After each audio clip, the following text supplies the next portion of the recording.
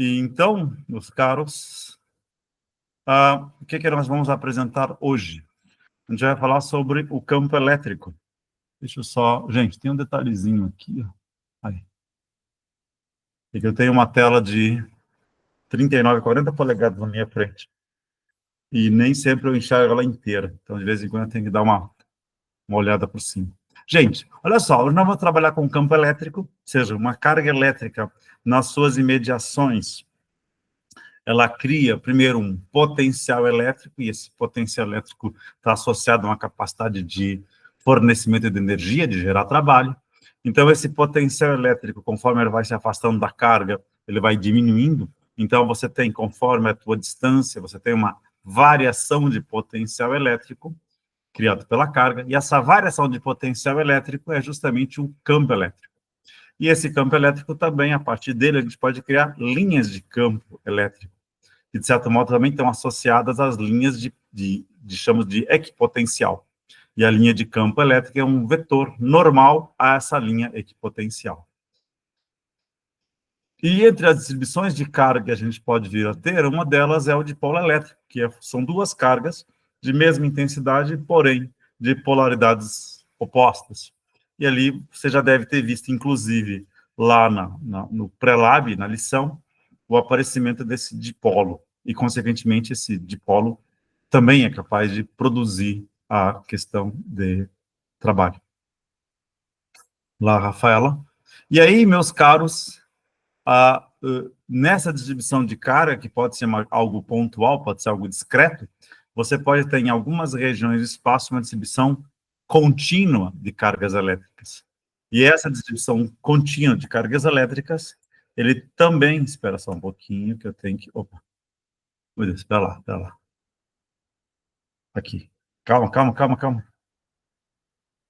Calma. Espera, cadê? Permitir todos. Permitir. Olá, Felipe, entrou?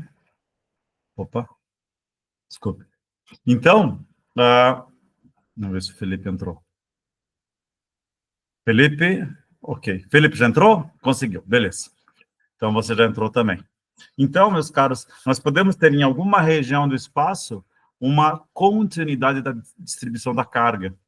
E essa distribuição de carga contínua, ela também cria campos elétricos. E a gente vai falar sobre isso depois. E esta distribuição contínua vai gerar uma noção de integral. Integral é justamente isso, ou seja, um somatório de pequenas contribuições individuais do campo elétrico criado por cargas elétricas. Então, vamos avançar. Aí ele vem aqui, ó, o meu colega, Juan, professor Juan, talvez alguns de vocês conheçam. Ele fez uma afirmação. Como funciona o forno de micro-ondas? Então, eu vou deixar, quer dizer, eu vou começar a fazer um pequeno comentário agora. No forno de micro-ondas acontece que existem, aí nós temos que imaginar o que é uma onda senoidal, existem ondas estacionárias.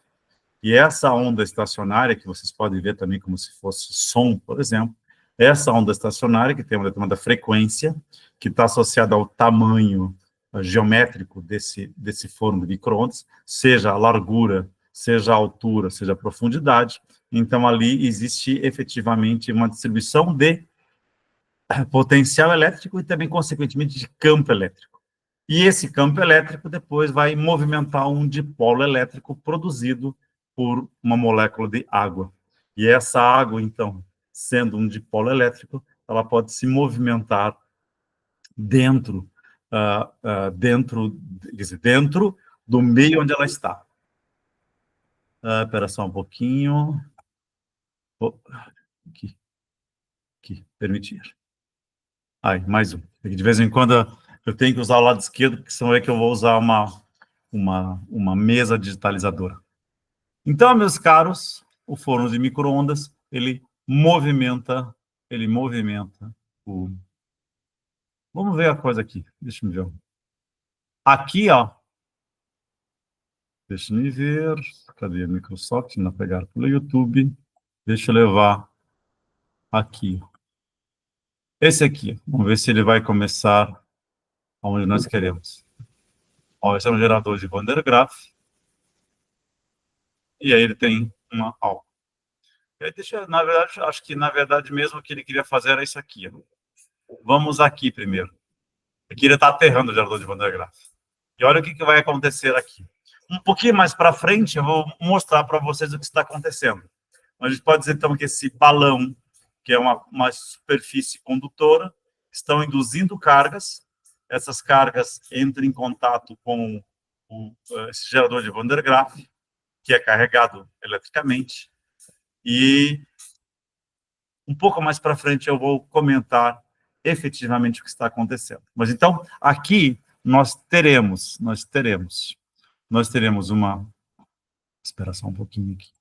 Nós teremos primeiro, uma geração de carga elétrica negativa nessa superfície do gerador de Van der Graaf. Essa superfície aqui é uma superfície metálica. Nós comentamos na aula passada, na verdade não sei se nós chegamos a comentar na aula passada, que quando você tem uma superfície metálica, um condutor metálico, se aqui tem uma carga negativa, essa carga negativa que tem aqui, ó, ela vai pegar os elétrons livres da estrutura metálica e vai afastá-lo para outra face. Então, essa face aqui vai ficar eletricamente negativamente carregada. Mas aqui é positivo. Então, essa face aqui é a positiva, que é a mais próxima do gerador de Van der Graaf, que está negativamente carregado. Então, vai haver uma atração. Quando esse balão chega e toca o gerador de Van der Graaf, vai acontecer que o balão se carrega eletricamente negativamente. E ao se carregar eletricamente negativamente, os dois, então, o gerador de Van der Graaf e o balão, eles vão ficar eletricamente carregados negativamente e vão se afastar. Porque, claro, o gerador está fixo. Então, quem vai se movimentar vai ser o balão. Esse balão, então, vai ser projetado até o operador aqui. Só que esse operador, ele está aterrado. Nós não vimos, então vale até a pena a gente comentar sobre isso, porque é parte da aula passada. Então, quando esse gerador, ou desculpe, o balão, que está eletricamente carregado, ele toca o operador aqui, ó, as cargas elétricas do balão, elas vão ser absorvidas pelo operador e vão ser descarregadas no terra. Então, o balão vai voltar a ser eletricamente neutro novamente. E quando ele volta a ser eletricamente neutro, de novo vai acontecer uma indução elétrica em que, como o gerador é negativo, é carregado negativamente, vai aparecer de um lado de cá, vai aparecer cargas positivas, do lado de cá negativas. E essas cargas positivas, como estão mais próximas, elas vão ser atraídas pelo gerador de Van der Graaf. Então, o balão vai se movimentar até o gerador de Van der Graaf. E aí, novamente, o balão tocando o gerador, o balão vai ficar eletricamente carregado, porque cargas elétricas aqui do balão vão ser disseminadas, vamos dizer assim, no balão, e daí os dois vão ficar eletricamente carregados negativamente. E aí vai aparecer uma força de repulsão, e vai fazer com que o balão volte a ser projetado sobre o operador. E aí continua o ciclo repetindo-se ao longo do tempo.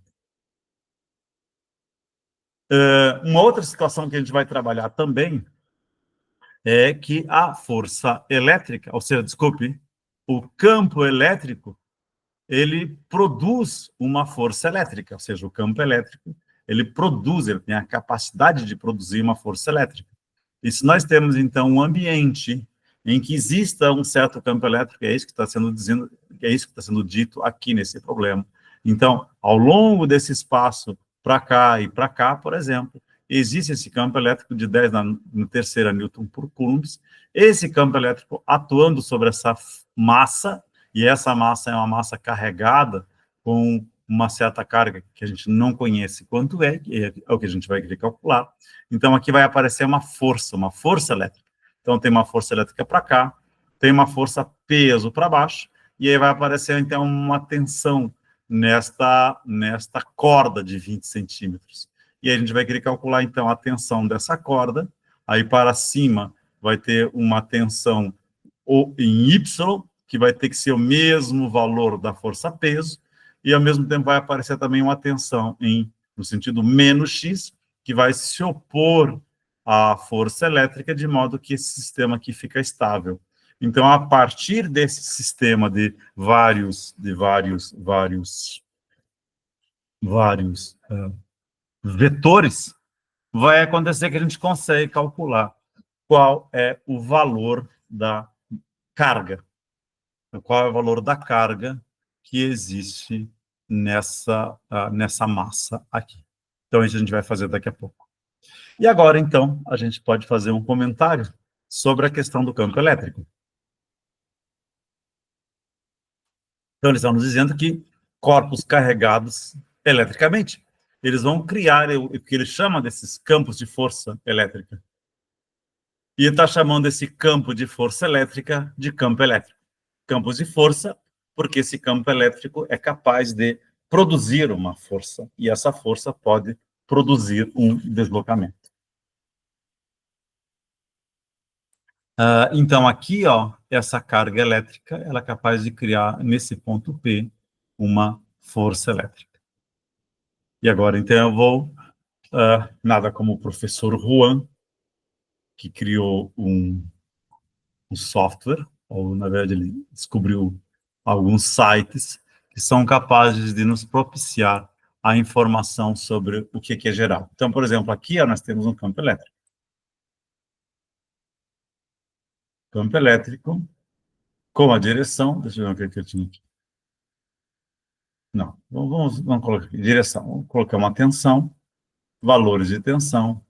E aqui, ó, por exemplo, eu posso vir aqui, ó, e eu trabalho com as linhas equipotenciais. Por exemplo, aqui, então, eu posso desenhar a minha linha equipotencial. Então, as linhas equipotenciais, elas são superfícies, basicamente, que se fossem num sistema de coordenadas esférico, ele seria uma esfera. Aqui nós estamos em algo bidimensional, então é simplesmente um círculo.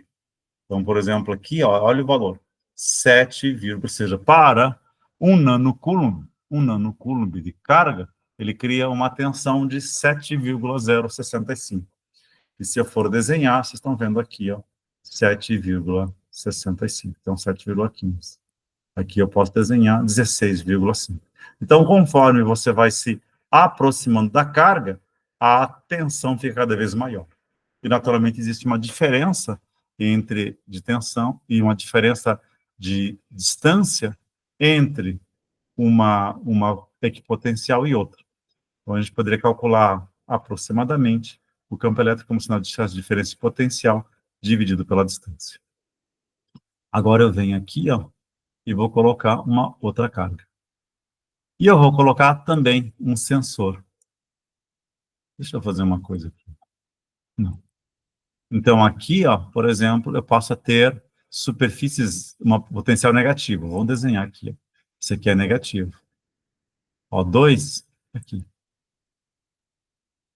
Ó, vocês estão vendo aqui, ó, 0,49. Vai ser enorme isso aqui. Ó.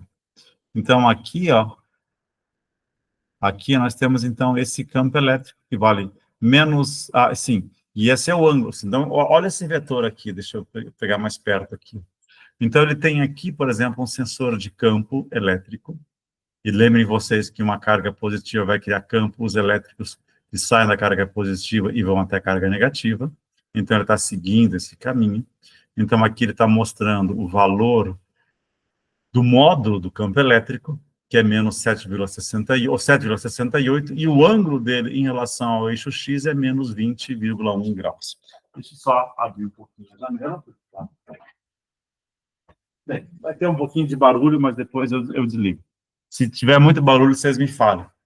É que eu tenho um prédio que está sendo construído aqui do lado, e o pessoal está utilizando ou uma maquita, uma furadeira, uma maquita. E aí precisam fazer corte. Olha só, olha o que acontece aqui, ó. Vocês estão vendo aqui, ó. Olha o valor aqui, ó. O campo, 16. Aqui o campo é positivo. Olha o campo como fica aqui, ó. Então, o campo nas imediações, ele é na hora de quase, ó, 1000 volts por metro. 1000 volts por metro. 1000 volts por metro. Então, essa é a intensidade do campo elétrico. Essa é a intensidade do campo elétrico. Então, quanto mais próximo estiver da carga, maior é o campo elétrico. Então, só para vocês terem uma ideia dessa distribuição. Ok? Beleza. Então, agora, eu vou simplesmente fazer isso aqui. Então, vocês tiveram uma boa ideia exatamente que esse campo elétrico é um vetor, como está visto aqui, ele é um vetor com uma... Ele é um vetor, ele é um vetor com uma intensidade e um sentido. Então, todo vetor tem direção, ele tem uma direção e sentido. Claro que nós temos um sistema de coordenadas cartesiano.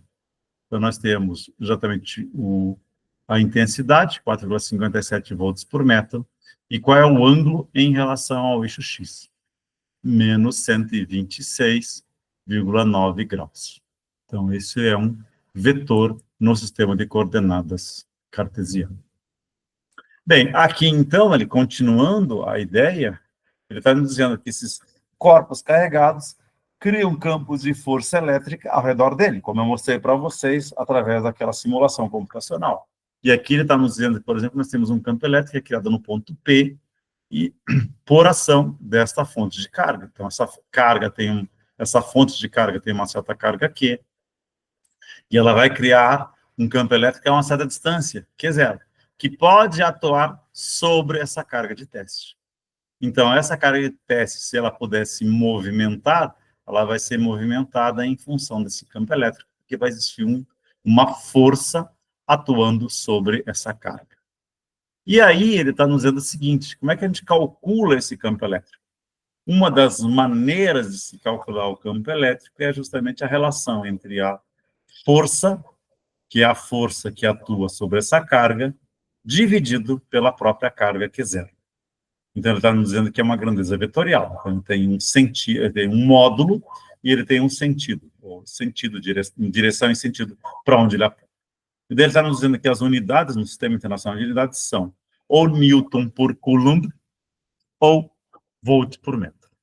E ele está nos perguntando como é que é o campo elétrico em uma carga negativa. Se nós olharmos bem naquele problema anterior, a carga elétrica, ou seja, se a carga elétrica fosse negativa, o campo elétrico seria no sentido de apontar para a carga elétrica negativa. Aqui, se a carga é positiva, o campo elétrico é no sentido contrário, ele aponta para fora. Então, ele aponta para dentro. E aqui, eu fiz uma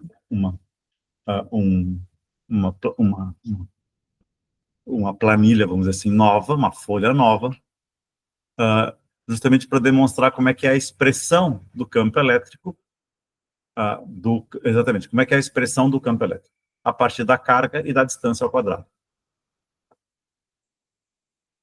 Então, nós estamos dizendo que a carga elétrica é criada por uma carga pontual Q, a expressão do campo elétrico em um ponto P, que fica a uma distância R dessa mesma carga.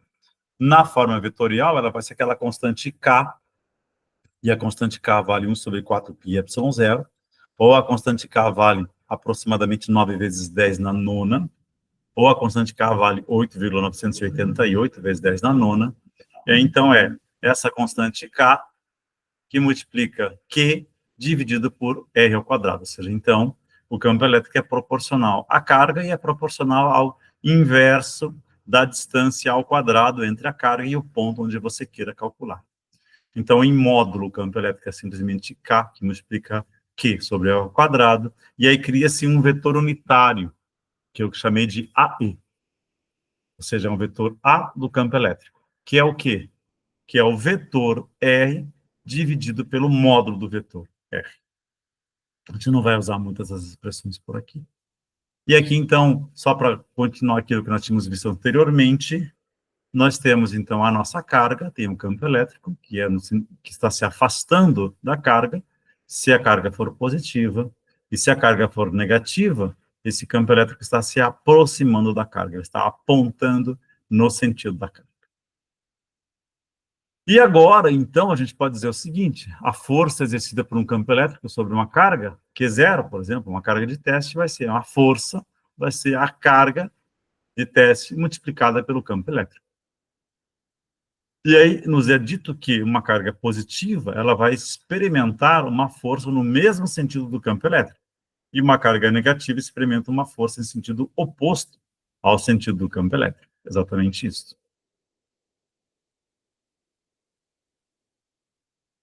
Bem, agora, meus caros, vamos lá.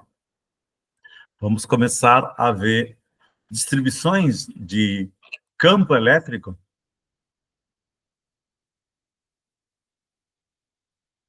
criados por a distribuição de campo elétrico criados por uma distribuição de carga elétrica. Então, aqui, ó, eu já escrevi anteriormente, eu vou simplesmente, não vou escrever, mas eu vou simplesmente mostrar para vocês.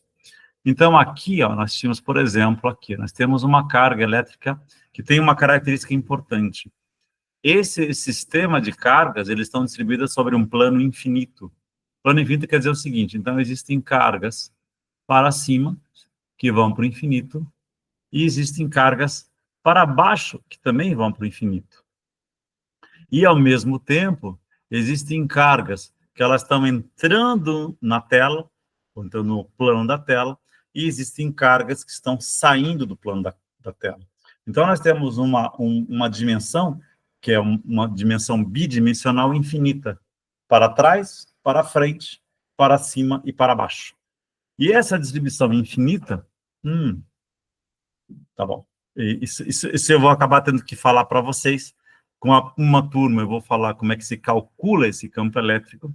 Eu vou falar daqui a pouco, na próxima aula, quando for a aula prática, porque eu vou resolver um exercício. E, então, para nós agora, o que vai interessar é o seguinte: o campo elétrico, ele é um vetor que ele é normal, ou seja, é um vetor que é normal a meu plano, ou seja, ele sai em 90 graus. Aqui eu não tenho como apagar, infelizmente. Teria que usar uma outra ferramenta para poder fazer esse cálculo, e aqui fica um pouquinho melhor. Então, acaba acontecendo que esse campo elétrico é um vetor normal e que sai em 90 graus. Ele sai em 90 graus. Não importa muito a posição em que você esteja, porque o plano é infinito, em qualquer posição que você esteja afastado, o campo elétrico é simplesmente normal ao meu campo, ao meu plano infinito. Então, ele sai para lá e o campo elétrico sai para trás também. Deixa eu fazer só uma coisinha aqui que eu não tinha feito antes. O campo elétrico também sai nesse sentido, ele também vai para lá. Então, ele vai para a esquerda e vai para a direita. Ele vai para a esquerda e vai para a direita. Então, ele vai nesses dois sentidos, para lá e para lá. Então, a gente pode dizer que uma parcela de campo vem para cá, uma parcela de campo vem para cá. Então, só para terem ideia do que acontece. Então, aqui, agora, nós temos a seguinte situação. Veja. Aqui, ó, nós temos esse plano aqui. Ó. Aqui eu estou levando em consideração da existência de dois planos. Esse plano aqui e esse plano aqui. E esse plano eu chamei de 1, e esse segundo plano eu chamei de 2. Então, o plano 1, ou seja, esse plano carregado com a carga positiva, ele vai criar um campo elétrico nesse sentido aqui, ó, que eu chamei de 1. Esse plano aqui, ó, que eu chamei de 2, ele vai criar para cá um campo elétrico que eu chamo de G2. Se acontecer, eu já vou dizer isso para vocês, o campo elétrico ele é proporcional, ou seja, o campo elétrico é proporcional à densidade superficial de carga. A densidade superficial é carga por metro quadrado. Então, essa distribuição de carga, a distribuição... Opa, espera só um pouquinho que alguém mais me pediu aqui. Thiago Marinho. Olá, Thiago, tudo bem? Então, aqui, ó, aqui. Então, eu tenho um campo. Que legal. Opa. Aqui, eu tenho... Ah, tá certo. Aqui, eu tenho um campo elétrico que é criado por essa carga que vem para cá, e um outro campo elétrico que é criado por essa carga que vem para cá. Desculpa. Se essas duas cargas, as densidades superficiais de carga, forem as mesmas, esse campo elétrico total aqui, ó, é zero. Mas se forem cargas diferentes, vai ter ainda algum campo. Do lado de cá, ou seja, aí a gente pode imaginar o seguinte: essa carga aqui vai criar uma força para cá, e essa carga aqui cria uma força para lá, no mesmo sentido do campo elétrico. Agora nós pegamos essa carga negativa, e aqui eu estou analisando apenas o campo criado pela carga 2. Então eu tenho um campo elétrico criado nesse sentido, E2, que vem para cá, E2 estaria aqui também. Então esse campo agora vai acontecer uma coisa: a força elétrica vai ser no sentido de aproximar a carga desse plano carregado positivamente. E aqui, ó, nós teríamos uma força que seria no sentido de afastar a carga do plano. Só que os dois planos são iguais, no sentido de dizer que eles têm a mesma carga. Então, uma puxa uma leva para cá a força e a outra força é para cá. Como as forças se subtraem, vai depender de qual dos dois tem a maior quantidade de carga e, consequentemente, com maior quantidade de campo elétrico. Aquele que tiver maior campo elétrico vai, então, afastar essa carga elétrica. E agora, meus caros, agora acontece o seguinte: se eu tenho simplesmente um campo negativo, se eu tenho simplesmente um campo negativo, se eu tenho simplesmente um campo negativo, se eu tenho simplesmente um campo negativo, ou seja, desculpe, que é um campo criado por carga negativa, vai acontecer algo interessante. Essa carga negativa, ela vai criar um campo elétrico que se aproxima, que é um campo elétrico que se aproxima, ou seja, o campo elétrico não está se aproximando deste plano infinito. Aqui nós temos, eu vou escrever um plano infinito. O mesmo vale para os planos anteriores.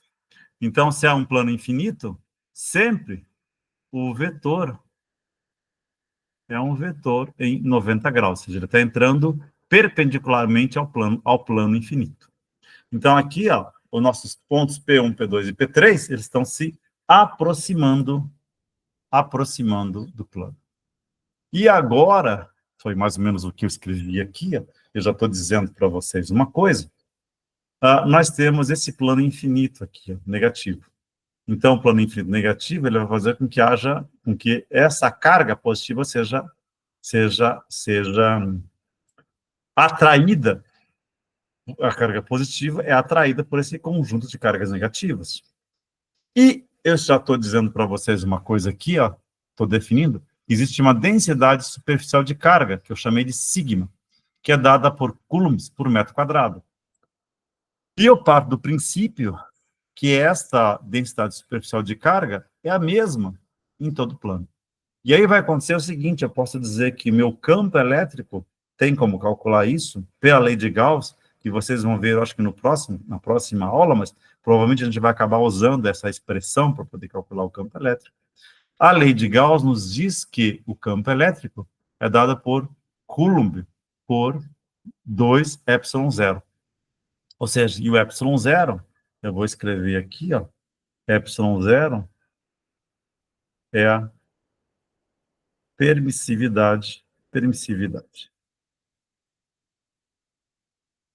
do ar, que vale 8,854 vezes 10 na menos 12 Faraday por metro. Essa é a permissividade do ar. Então, é um valor bem pequeno, bem pequeno. Então, meus caros, a gente pode calcular o campo elétrico a partir dessa expressão.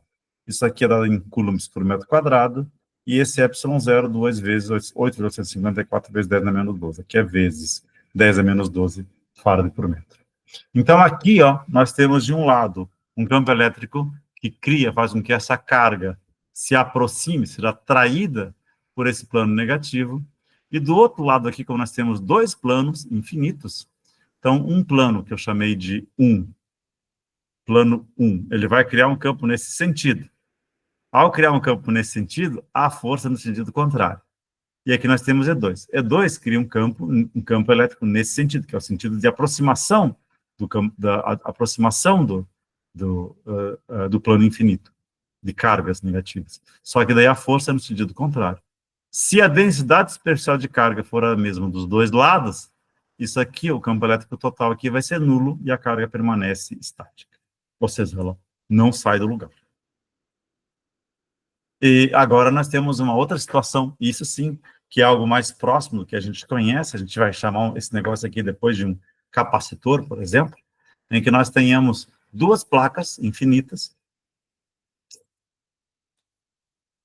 uma uma que é positiva.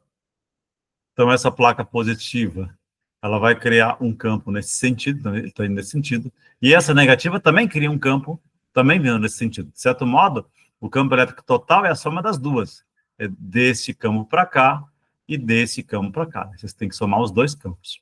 Então, se nós temos uma carga positiva aqui, ó, essa carga positiva vai ser repelida por esta carga positiva e vai ser atraída por essa carga negativa. Do outro lado, nós temos uma carga negativa, que vai ser repelida por essa carga negativa e vai ser atraída por essa carga positiva. E o campo elétrico total é nesse sentido aqui, como ele está desenhando aqui, como o Juan desenhou nesse sistema. E daí a força elétrica é no sentido contrário. Entende? Então, é isso que a gente acaba vendo. E agora sim, a gente pode começar a pensar em querer resolver esse problema. Gente, eu já resolvi esse problema para a turma passada, então eu vou acabar indo sendo um pouquinho mais rápido. Então, aqui ele está nos dizendo o seguinte, nós temos um campo elétrico, 1 vezes 10 na terceira Newton por Coulomb, com um ângulo de 15 graus aqui. E aí, esse aqui tem uma massa. Então, o que vai acontecer? Essa massa é a massa peso. Então, para baixo aqui, ó, para baixo, vai acontecer que existe uma força-peso para baixo. E só que essa força-peso para baixo, ela é contrabalançada, porque aqui, ó, como isso aqui é uma corda de 20 centímetros de comprimento, então vai acontecer aqui, ó, que isso aqui, ó, vai criar uma força para cima. E essa força para cima aqui, ó, ela vai criar uma força no sentido horizontal, desculpe, vertical, que vai ser essa força que eu chamei de T, de tensão, multiplicado por cosseno de 15 graus. Do mesmo modo, como tem uma força elétrica para cá, vai ter uma outra força que é devido a essa mesma tensão para cima, que vai ser a tensão multiplicado por seno de 15 graus. E aqui está a situação, meus caros. Então, vamos lá. Eu vou usar o que está calculado aqui, para a gente ter uma ideia de qual é o valor da carga. Então, eu estou dizendo que o campo elétrico,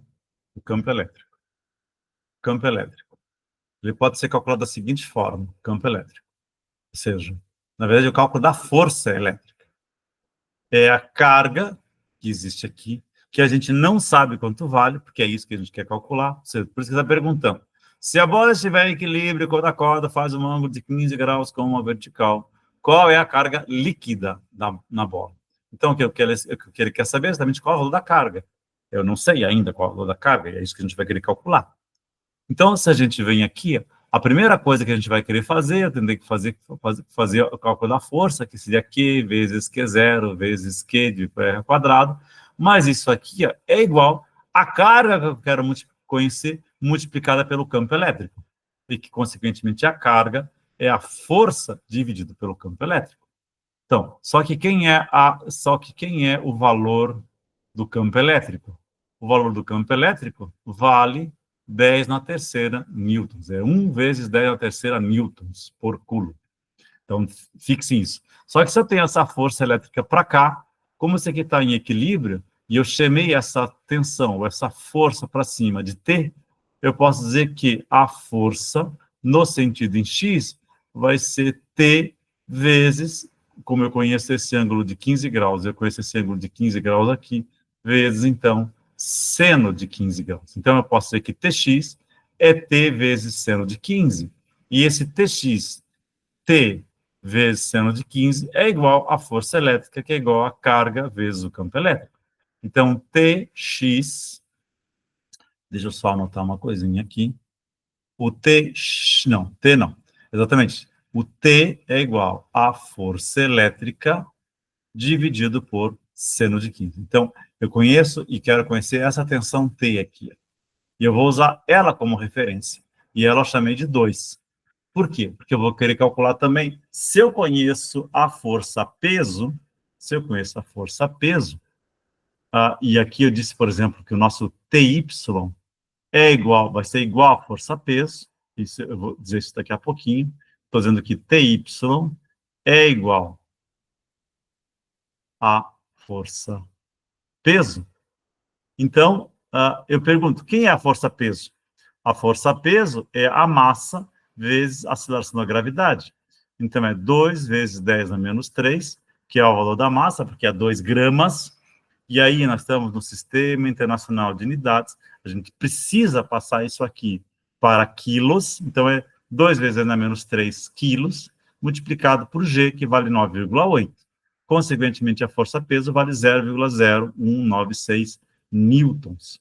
E como eu tinha dito antes, o TY é igual, ou seja, o TY, que é essa força que vai para cima aqui, ó, é igual à força-peso. Os dois estão estacionados, eles não mudam. Então, o nosso T multiplicado por, e aí eu falei aqui, ou seja, multiplicado por cosseno de 15 graus é igual a força-peso. Então, T é igual a força-peso divide por cosseno de 15 graus. E eu chamei isso aqui de 1. Eu chamei isso aqui de 1. Então, vai acontecer que eu digo que 1 é igual a 2. Ou seja, eu posso dizer, então, que... Deixa eu ver onde é que eu deixei isso aqui. Deixei aqui, ó. Eu estou dizendo que 1 é igual a 2. Está aqui, ó. 1 é igual a 2. Então, a força-peso dividido por cosseno de 15 é igual à força elétrica dividido por seno de 15. Então, a força elétrica é igual à força-peso, que multiplica seno de 15 sobre cosseno de 15. Então, a força elétrica, que é carga vezes o campo elétrico, é igual a 0,0196 vezes seno de 15 dividido por cosseno de 15. E aí, depois eu posso dizer que isso aqui, ó, esse meu E, eu posso passar para cá, dividindo. Então, eu tenho 0,0196 dividido por 10 a menos 3, e esse seno de 15 dividido por cosseno de 15 vale 0,2679. Então, 0,2679 multiplicado por essa expressão aqui, ó, vai nos dar um valor de uma carga de 5,25 coulombs, que é o valor da carga que vai permitir, então, que esse sistema se mantenha devidamente estacionário, que é o valor que a gente queria calcular. Bem, gente, aqui eu vou apresentar esse detalhe, mas interessante, acho que tinha isso num exercício para vocês fazerem.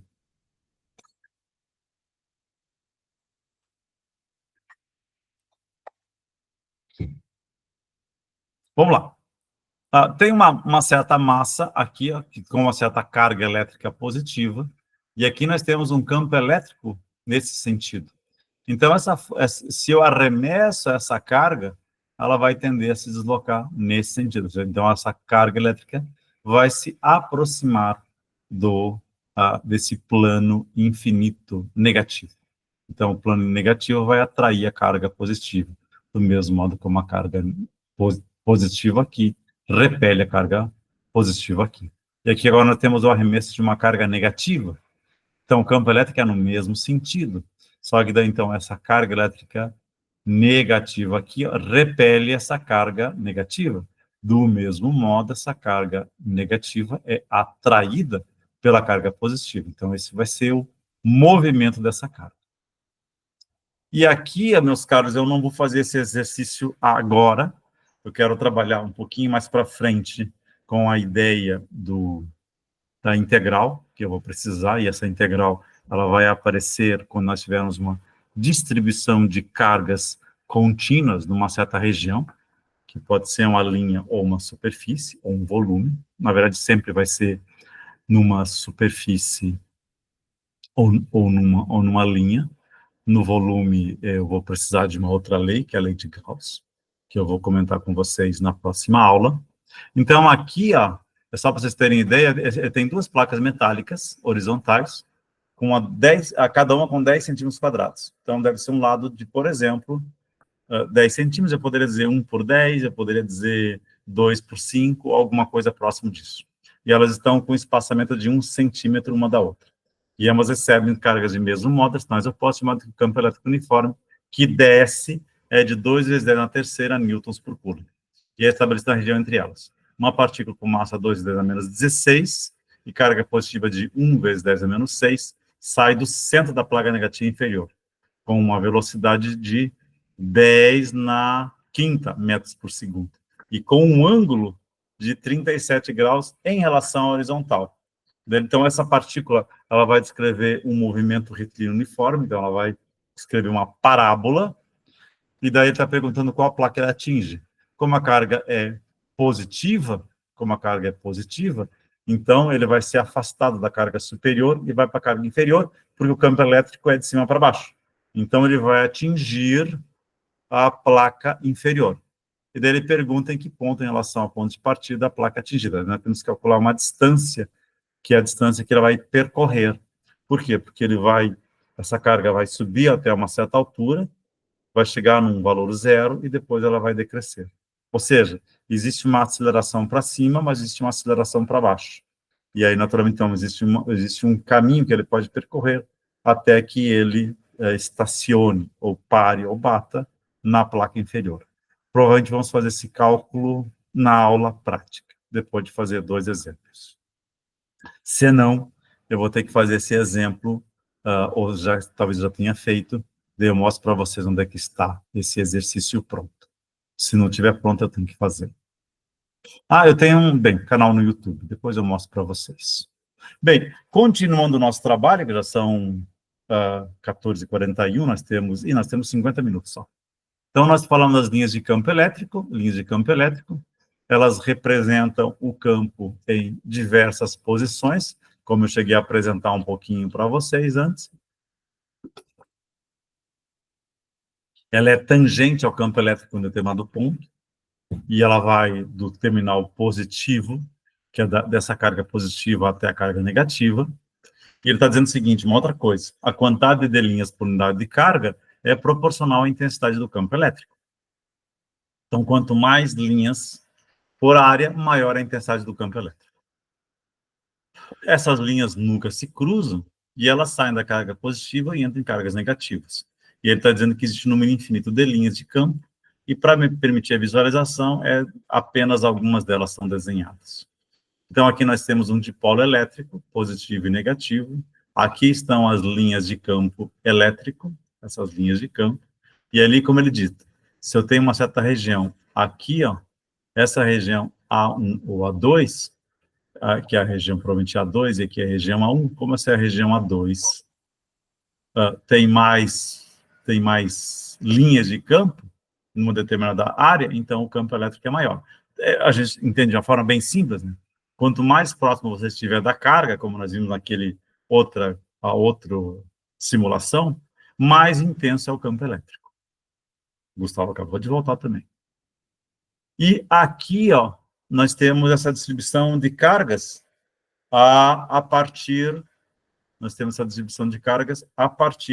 dessa simulação que é feita lá no Fauststat, que é essa aqui. Então, aqui estou colocando duas cargas de mesmo valor. Duas cargas de mesmo valor, ou seja, de mesmo valor de carga, elas criam algo interessante. O campo, ele sempre se afasta da carga. Então, vai acontecer alguma região do espaço, nas imediações, principalmente muito no meio, em que o campo elétrico é para cima e o campo elétrico é para baixo, de modo tal que os dois se somando vai dar um campo elétrico nulo. Então, nessa região central, o campo elétrico é nulo. Gente, eu vou ser obrigado a ter que fechar a janela, porque o pessoal está usando uma maquita aqui nas imediações. Como minha esposa não veio ainda, eu vou abrir. Gente, vou ter que deixar meio fechado. Então, olha aqui, vamos fazer essa simulação. Então, aqui nós temos duas cargas positivas, duas cargas opostas, que geram dipolo. Aqui é um quadripolo de cargas, porque nós temos mais menos, mais menos, mais menos e mais menos. Então, são 4 polos com aqui. E aqui vai ser a mesma coisa, ou seja, nesse ponto central aqui, o campo elétrico também é nulo. Então, vamos fazer essa simulação aqui.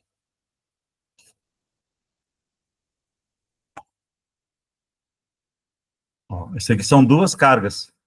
Duas cargas, você vê isso aqui. Então, vem aqui, E aqui no centro, o campo é nulo. Ó, essas linhas aqui, ó, são linhas de equipotencial, e essa linha que sai aqui, ó, é a linha de campo elétrico. Essa linha aqui é a linha de campo elétrico.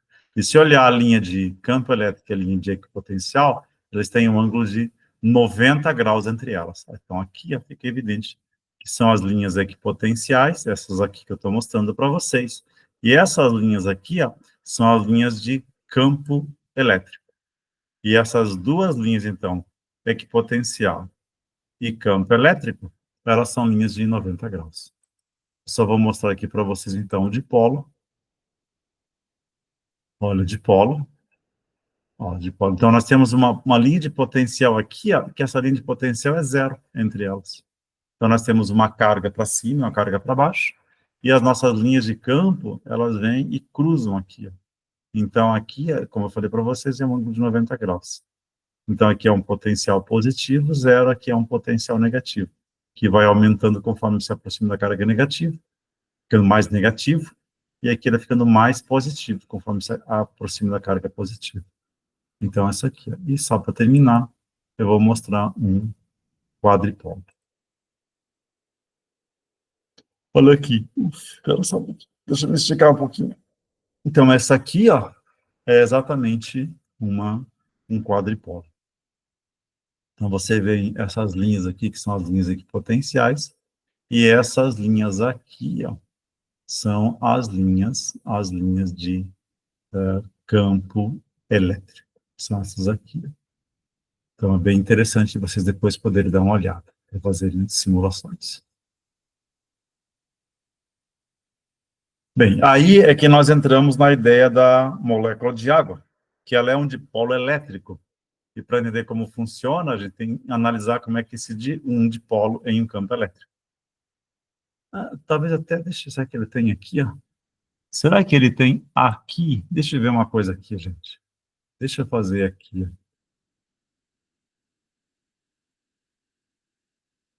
Vamos ver se ele tem.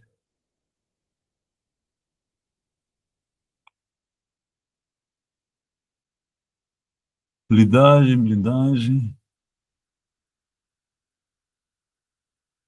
Isso aqui é uma blindagem elétrica, meus caros. Olha só, isso aqui é uma blindagem elétrica. Blindagem elétrica. Flutuante, box.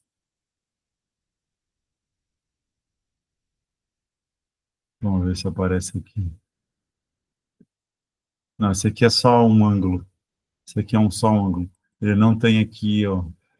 Estava tentando verificar se ele tem um... Não, não vai ter jeito. Aqui são os planos. Não. Ele não tem aqui. Tem aqui os dielétricos. Não, não tem. Infelizmente não tem. Ou seja, como é que é esse dipolo elétrico aqui, ó? Mas o dipolo elétrico, a gente pode imaginar o seguinte. Existe uma carga, vamos imaginar, positiva aqui e uma carga negativa aqui. Existe um ângulo aqui, que, se não me engano, é em torno de 112 graus, aproximadamente, 112 graus. Então, se nós tivéssemos um campo elétrico, esse campo elétrico, ele tem um resultante, só que esse resultante é uma soma desses dois campos elétricos. E aí acontece algo interessante, voltando a micro-ondas. Micro-ondas, como eu falei para vocês, ele é uma onda estacionária. Seria interessante que vocês depois procurassem ver como é que funciona micro-ondas no vídeo no YouTube. Mas em algumas regiões, o campo elétrico ali é mais intenso. Aí acontece uma coisa, esse campo elétrico mais intenso, mas só que ele é variável, ele vai ora num sentido, ora no sentido contrário. Ora num sentido, ora no sentido contrário. Ora num sentido, ora no sentido contrário. Então, se você pega esse dipolo aqui, ó, ora no sentido, ora no sentido contrário, esse dipolo, ele também vai fazer um torque, ele vai fazer um movimento. E esse movimento que o dipolo da água faz, ele acaba batendo em outros dipolos. E ele acaba gastando uma certa energia para fazer esse movimento. E ao gastar energia para fazer esse movimento, ele gasta um certo, ele gera um certo calor. Ele faz trabalho. Se faz trabalho, é mais ou menos o mesmo efeito, por exemplo, de um fio no qual você faz circular corrente elétrica. Você percebe que ele esquenta, ele aquece. Então, aqui vai acontecer a mesma coisa. Então, ele vai aquecer certas regiões do espaço, e vai aquecer justamente a molécula da água. E aí, quando ele aquece a molécula da água, ele esquenta o que você queira esquentar. Seja, como eu acabei de fazer, tomar uma xícara de café, então ele vai esquentar a água do café, vai esquentar o leite do café, vai esquentar o café, ou esquentar qualquer outra coisa que você queira, que contenha água, que contém esses dipósitos. Então, meus caros, aqui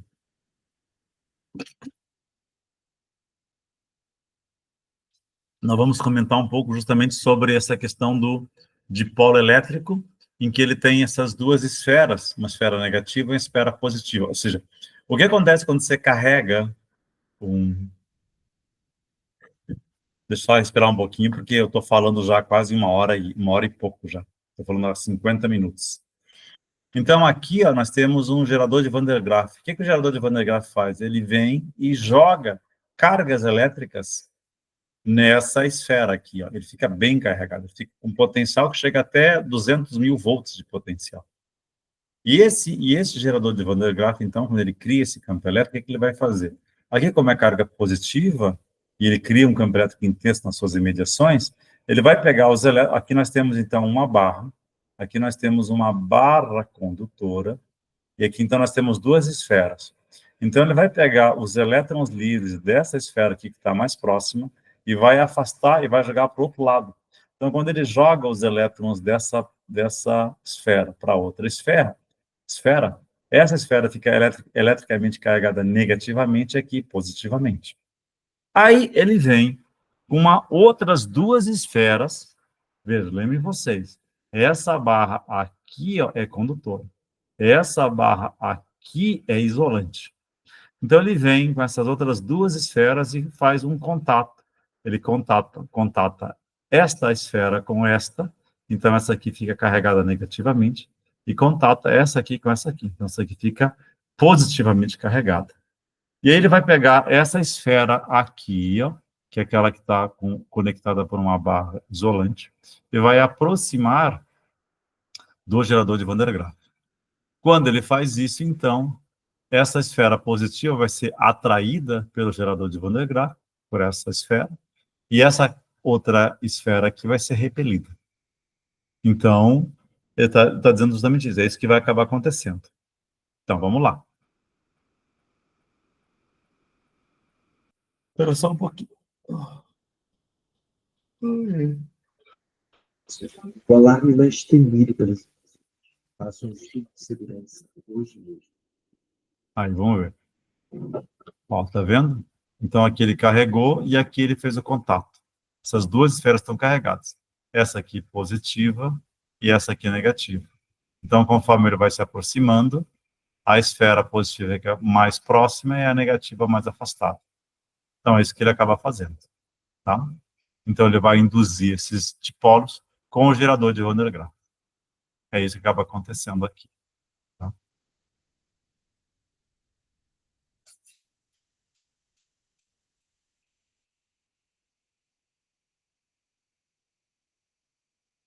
Ok, agora ele só fez o aterramento. Esse aqui é só para fazer o aterramento. Então, foi isso que ele fez. Então, é isso que ele está querendo dizer. Ele está mostrando as linhas de campo elétrico. Quando o dipolo é movimentado pelo gerador, o dipolo se alinha com o campo elétrico criado pelo gerador. A esfera carregada positivamente é atraída e a esfera carregada negativamente é afastada do gerador. Agora, nós temos aquela outra circunstância que eu tinha mostrado para vocês, que é o quê?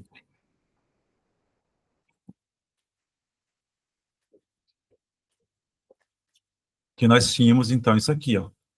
Nós temos essa mesma esfera carregada eletricamente, negativamente. Ela tem esse balão, e esse balão, então, as cargas elétricas vão ser repelidas. Vai sobrar aqui uma carga induzida positiva. Essa carga positiva vai ser atraída pelo gerador de Van der Graaf.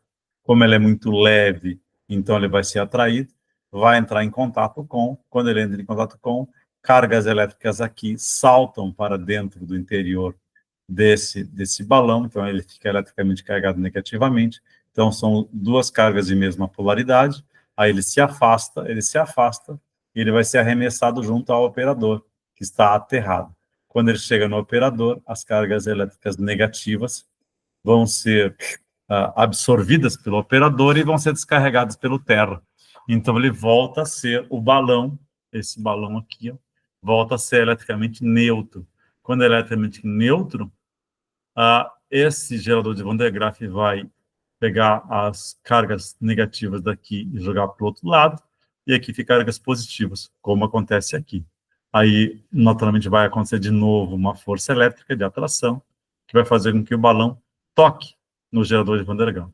Quando ele toca, ele fica negativamente carregado, e aí volta ao ciclo que eu já falei para vocês anteriormente.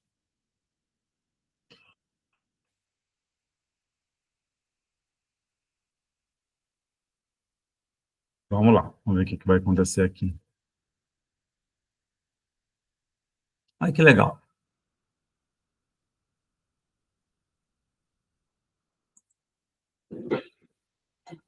Deixa eu vir aqui. Quando a coisa não vem para um jeito, a gente vai pelo outro, né, meus caros? Então, olha aqui, ó. Então, isso que ele está fazendo. Ele descarregou o gerador de Van der Graaf. Agora ele carregou. Então, agora ele está aterrado. E assim vai. Aquele processo. Vem, induz, descarrega, descarrega, carrega, descarrega, carrega, descarrega, carrega, descarrega. E aí vai por esse processo indefinido até enquanto tiver energia elétrica, evidentemente. Então, aqui a gente pode parar por aqui agora.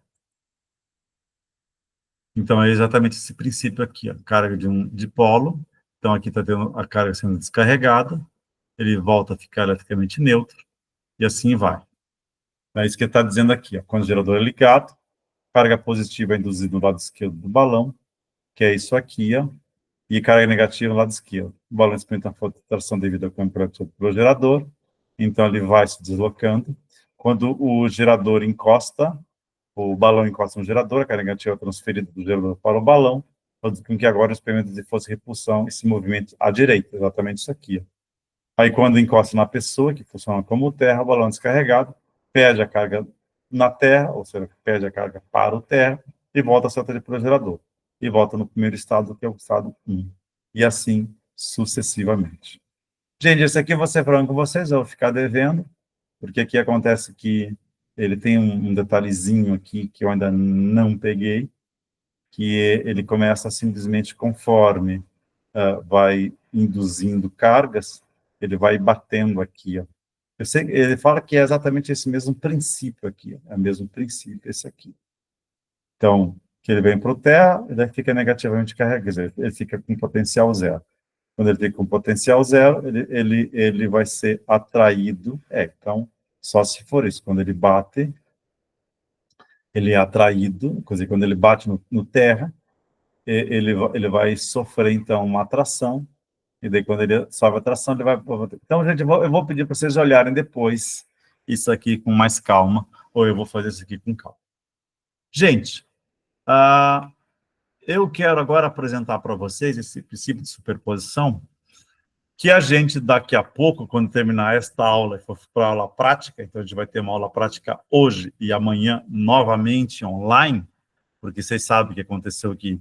Na verdade, não foi roubado o cabo, tá? Algo um pouquinho mais interessante. O cabo, que ele foi quase cortado. Quando ele foi quase cortado, que é um cabo de 13.8 kV, aconteceu um curto, provavelmente entre fase e terra, ou fase neutra. E aí, quando aconteceu isto, uma das fases foi perdida e as outras duas fases continuaram normais. Só que daí tem um outro cabo, que já está meio ruim mesmo. Então, infelizmente, a gente vai ficar uns dias sem energia elétrica até que os cabos sejam trocados, cabos de alta tensão sejam trocados. Aí a professora Lília fez uma observação bem sincera, né? Quem tentou roubar o cabo, talvez tenha perdido um pedaço da mão ou mais do que isso, ou seja, uma parte foi amputada, porque as correntes que foram aparecer ali seriam correntes bem altas, se a pessoa não estava com um equipamento de alta tensão que fosse capaz de suportar 13,8 kV. Então, mas tudo bem, isso aqui é só um detalhe. E a gente deve voltar, então, bem, como eu falei, nós vamos ter uma aula prática mais tarde, para fazer exercícios, e daí, com a outra turma, que eu acho que é S04, a gente vai ter aula amanhã, também das 15h50 até as 17h30. E na aula que vem, esperamos, rezamos a Deus, que a gente possa voltar até a aula presencial. Mas antes disso, meus caros, antes disso, eu quero comentar com vocês, e é essa a razão, porque a gente vai fazer uns exemplos desse tipo de situação aqui, ó, que a gente tem várias cargas, aqui são 3 cargas, e cada uma das cargas, ela vai criar um campo elétrico. Então, cada uma das cargas, ela cria um campo elétrico. E quando ela cria um campo elétrico, nós passamos a ter, neste caso aqui, ó, um campo elétrico E1, carga Q1 cria um campo E1, a carga Q2 cria um campo elétrico E2, e a carga Q3, no mesmo ponto, sobre a mesma carga, cria um campo E3. E esse campo elétrico E aqui, ó, é a soma vetorial desses campos E1, E2 e E3.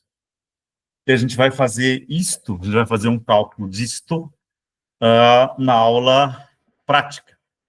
Vai ser a aula de exercícios. Na próxima aula, depois do intervalo, e amanhã a gente vai fazer também, tá? Então, eu não vou falar muito sobre isso aqui hoje. Mas eu quero falar mais mesmo sobre essa questão aqui, ó, quando a carga, ela não é discreta, mas ela é contínua.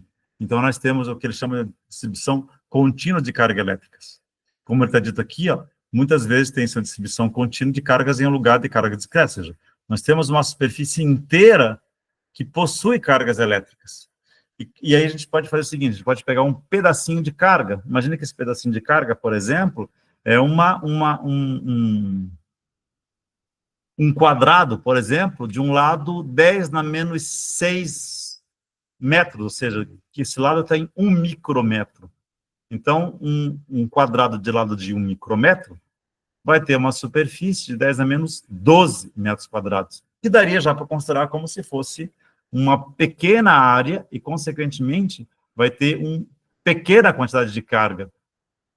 E aqui a gente tem que imaginar, então, a questão que existe uma certa distribuição de carga sobre uma superfície, que é uma carga dividida por metro cúbico, ou metro quadrado, por exemplo, se for uma distribuição linear de cargas.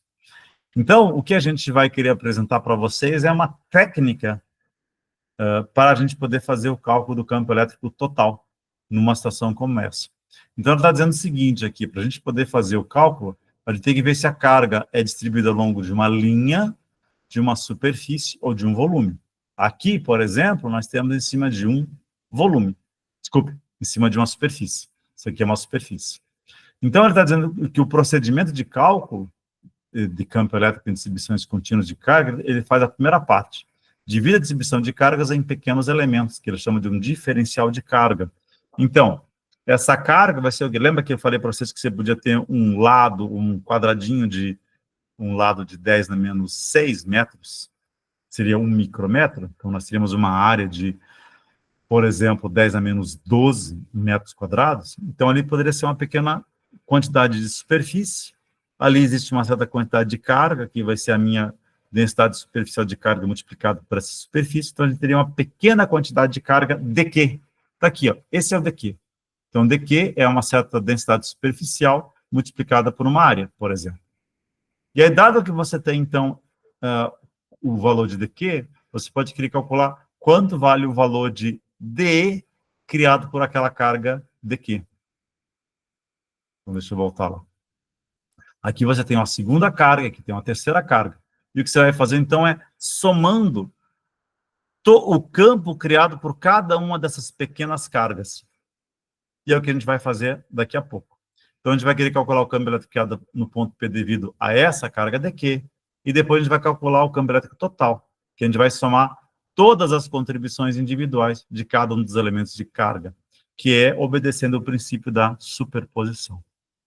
E agora, então, meus caros, eu vou apresentar um problema. Um problema. E aí, talvez esse problema, como eu já resolvi, eu vou fazer mais rápido e depois eu vou resolver o segundo problema.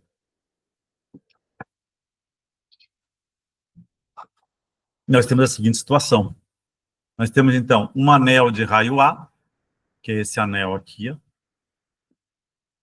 onde que ele possui uma carga total positiva Q. Então, se nós olharmos bem isso aqui, a gente pode chamar isso aqui de ser uma linha. E o comprimento dessa linha, se vocês lembrarem bem, o comprimento de uma circunferência, é 2π vezes o raio. Como o raio é A, então o meu comprimento dessa linha é 2π radianos, multiplicado pelo comprimento A, então 2πA. E a gente pode dizer, então, que existe uma densidade linear de carga que é Q sobre 2πA. Então, é Coulomb por metro. Aí ele está querendo dizer que a gente quer calcular o campo elétrico criado num ponto P, que ele está exatamente no centro da nossa circunferência, a uma certa altura x. Então, nós temos aqui o raio A, uma altura do centro desse anel, uma altura x, e aí, ó, quando você pega essa linha aqui, ó, que vai justamente do anel até o ponto P, você percebe que existe uma distância r. Isso aqui é um triângulo retângulo.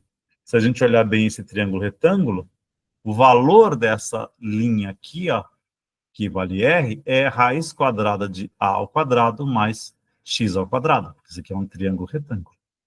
E aí nós vemos que existe um ângulo alfa aqui, ó, que a gente vai precisar dele depois. Então, aqui é mais ou menos o problema, mas aqui é a resposta, mas eu vou avançar um pouquinho, tá? Eu vou avançar um pouquinho para poder falar sobre essa questão aqui, ó, que é essa densidade de carga elétrica. Então, que é um conceito muito útil na distribuição de carga contínua, é a densidade de carga, que ele vai ser de 3 tipos.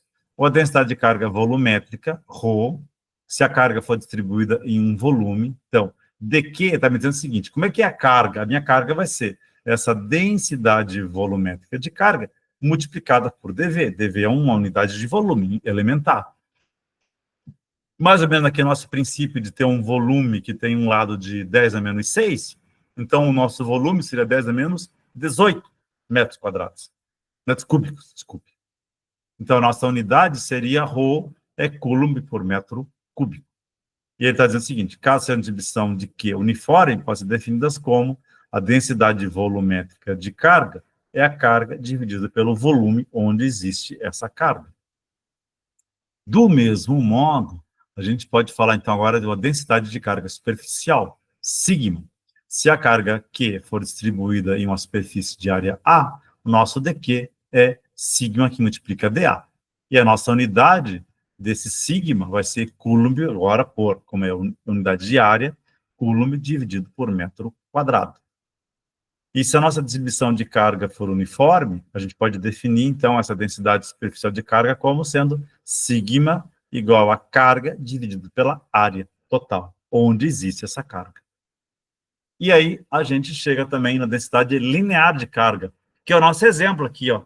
Nesse caso aqui, ó, como nós temos um anel, esse anel está ligado apenas a uma linha. Então, ali existe uma densidade linear de carga lambda. Se a carga Q for distribuída ao longo de uma linha de comprimento L, então o nosso dQ vai ser um lambda dividido por dL. E daí ele vai dizer o seguinte, a nossa unidade, então, desse lambda vai ser Coulomb dividido por metro, e caso seja uma distribuição de K uniforme, pode ser definidas como, então, essa densidade linear de carga vai ser lambda igual a carga dividido por comprimento. E, então, eu vou querer resolver isso aqui também com vocês, tá? Mas eu vou fazer o seguinte, antes de fazer esse aqui, ó, eu vou querer mostrar para vocês. Então, esse exemplo aqui, ó, ele é bem interessante, para não dizer que é um exemplo, a princípio difícil, mas depois que a gente começa a olhar com calma, a gente vê que não é difícil. Acontece aqui uma coisa bem interessante, quando é um fio.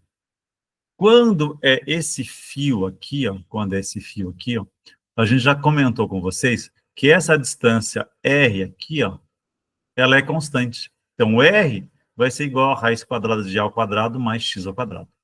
Mas daí vai acontecer uma coisa. Esse pequeno daqui aqui, ó, ele vai criar um campo elétrico para baixo. Para baixo. nesse sentido aqui.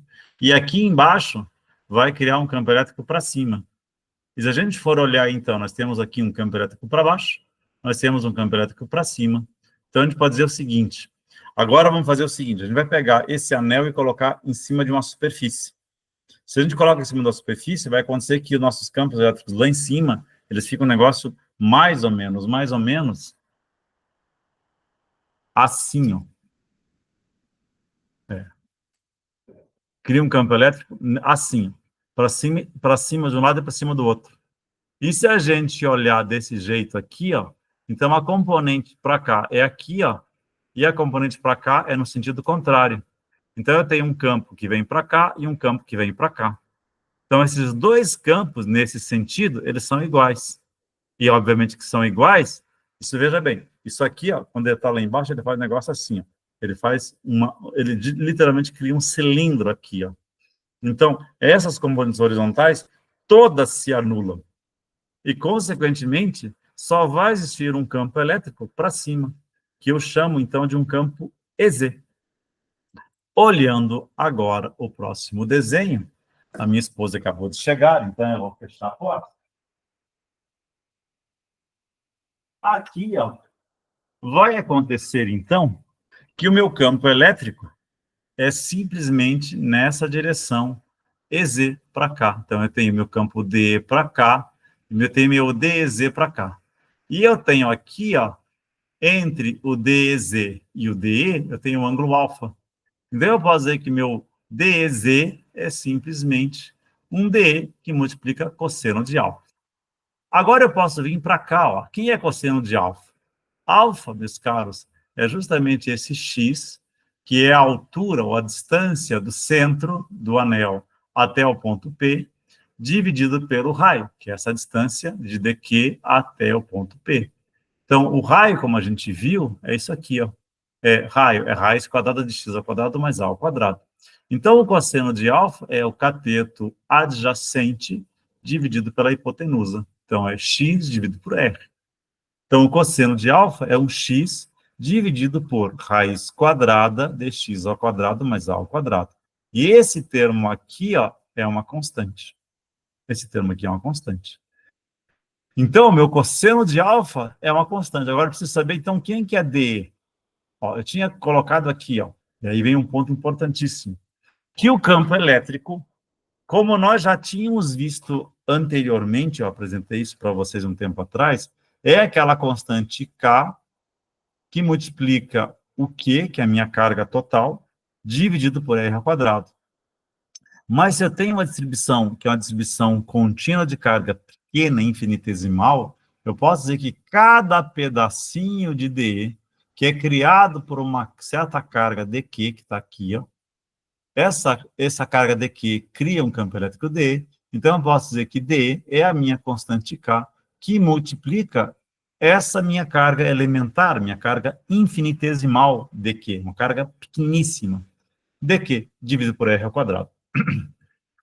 E aí vem a pergunta, quem é dQ?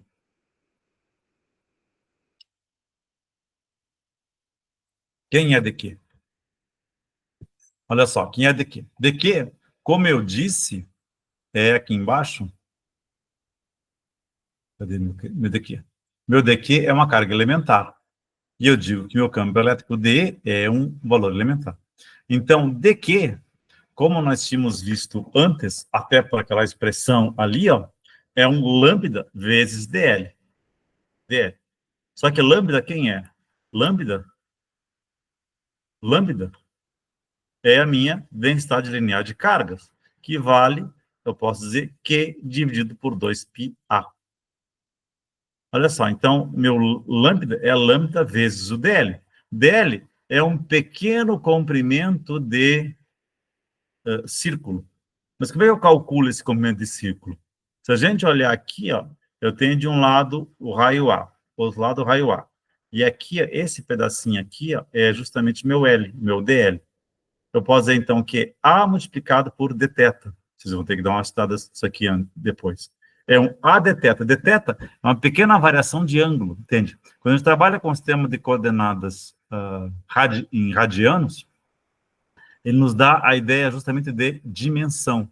O radiano nos dá a dimensão. Então, por exemplo, quando eu digo que é π, eu estou dizendo que é meio círculo.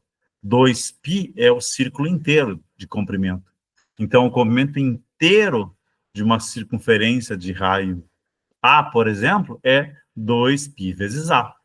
Então, vai acontecer o seguinte, eu estou dizendo aqui, ó, o dq é um lambda vezes dl, e o meu dl, que é esse A d θ, é inicialmente o raio vezes d θ. Mas, no nosso caso aqui, o raio vale A. Então, é lambda A d θ. Então, eu venho aqui agora. Quem é dq? É meu lambda A d θ. Então, quem é meu D? Meu D aqui é K vezes dq. Então, é K vezes quer dizer, lambda A d θ. Lambda A d θ dividido pelo raio ao quadrado. Só que o raio ao quadrado, como eu já tinha visto aqui anteriormente para vocês, o raio vale a raiz quadrada de x ao quadrado mais a ao quadrado. Então, r ao quadrado é x ao quadrado mais a ao quadrado. Então, aqui, ó, meus caros, aqui eu posso começar a pensar em calcular, então, dado que eu tenho o valor de dq, dE aqui, ó, eu posso vir para cá e dizer que meu dz é o dE, que vale k vezes lambda A d θ, dividido por r ao quadrado, multiplicado por cosseno de alfa. Cosseno de alfa, como eu falei para vocês, vale x sobre r. Só que o r, como eu falei para vocês, vale x ao quadrado mais a ao quadrado raiz quadrada. Então, substituindo, eu tenho que dz é k vezes lambda A vezes x vezes esse valorzinho de θ, esse negócio que vai depois entrar numa integração, que eu já vou comentar com vocês, dividido por x ao quadrado mais a ao quadrado. Então, aqui é x ao quadrado mais a ao quadrado, que multiplica mais x ao quadrado mais a ao quadrado, isso aqui é elevado a meio. Então, eu tenho 1 mais meio, que vai nos dar, então, 3 meios. Então, r ao quadrado vezes r dá r ao cubo. Então, r ao cubo vai ser o quê? X ao quadrado mais a ao quadrado, tudo isso elevado ao cubo, dividido por 2. Então, essa passa a ser o quê? E aí eu estou dizendo que dθ é justamente uma variável. E aí, meus caros, eu sei que isso aqui é um palavrão para vocês, porque vocês não começaram a estudar. Quer dizer, vocês não, alguns de vocês já viram integração, então fica mais fácil. Mas então aqui, ó, nós temos que entrar justamente na questão da integração. Ou seja, o que é a integração? A integração é um somatório. Eu vou somando todas essas... deixa eu me ver, João Vitor, espera só um pouquinho. Espera só um pouquinho. João Vitor... Não, deixa eu tirar. Como é que tiro? Como é que eu tiro o João Vitor, gente? Como é que eu tiro o João Vitor? Deixa eu tirar o João... tirei. Uf. Vamos lá. Então, João Vitor, sai da... Então, olha só. Olha o que acontece aqui, ó. Então, nós passamos a ter uma integração em que a gente tem que fazer. Eu vou ter que mostrar isso para vocês, eu sei. Deixa eu mostrar aqui. Eu vou ter que mostrar para vocês uma tabela de integrais. Se por um lado, ou seja, eu tenho uma função u, eu posso dizer que talvez seja uma regra fundamental da integração. Se eu tenho uma função x, por exemplo, que é x elevado a 1, x ao quadrado, x. Se eu faço a derivada dessa função x, isso aqui é 1 elevado a 1. Então, fica 1 vezes x elevado a n menos 1. Então, 1 menos 1. 1 menos 1 é 0. Então, é x elevado a 0. X elevado a 0 dá 1. Então, a derivada de uma função x dá 1. Agora, se eu pego essa mesma função, 1, na verdade, é 1 dθ. 1 dθ, ou 1 dx. Na prática mesmo, meu dx vai ser igual a 1 mesmo. Bem, mas aí, ó, se eu pego essa minha função dθ, e eu integro, eu vou ter a minha própria função u. Então, se eu tenho uma função dθ, a integral da minha função dθ, fazendo u igual a θ, eu sei que isso aqui ficou pequeno, deixa eu aumentar um pouquinho aqui. Aqui, ó. É como se eu tivesse aqui, ó, dθ. A minha função deteta, eu sei que vai ser uma função U mais uma constante, mas a constante é igual a zero, para facilitar a nossa vida. Então, a minha integral é buscando justamente a soma de todos os meus ângulos tetas. Então, cada um desses tetas, o quanto eles contribuem para que a gente tenha o campo elétrico total. Deixa eu ver uma coisa aqui. Onde é que está o ângulo teta aqui? Onde é que está o ângulo teta? Tudo bem, está aqui o ângulo de teta. Só que o ângulo de teta está aqui, ó. Está aqui o de teta. Então, a integral de d θ é igual ao próprio ângulo teta. Deixa eu fazer uma coisa aqui de novo. Cadê? Mas que coisa, gente. Aqui. Tá aqui, ó. Vocês estão vendo aqui, ó? Esse aqui é meu d θ. Aqui é meu d θ. Meu d θ dá o próprio ângulo teta. Só que o teta, quando é uma integral, esse meu ângulo teta, ele vai variar de uma posição inicial até uma posição final. Então, o meu d θ, quando eu integro, ele vai variar de um ângulo. E olha só, então ele varia de um ângulo zero, aí conforme eu vou percorrendo zero, até π sobre 2, até π, até 3π sobre 2, e quando eu retorno a 2π. Então, meu ângulo teta ele vai variar de 0 até 2π. Então, se ele varia de 0 até 2π, então eu vou integrar esse meu ângulo teta de 0 a 2π. Então, é o ponto final, que vale 2π, menos o ângulo zero. Então, meu ângulo teta total vai ser igual a 2π. Então, esse 2π aqui agora vira justamente a minha integral de d θ. Porque eu estou somando todo o comprimento desse meu ângulo teta. Quanto ele varia? Então, ele varia 2π. E aí, então, o meu EZ, aí tem um outro ponto importante, é que meu EZ, gente, é essa integral aqui, essa integração. Então, aqui, ó, eu tenho EZ. A minha integral de DZ é a própria EZ, ou seja, é meu próprio campo resultante.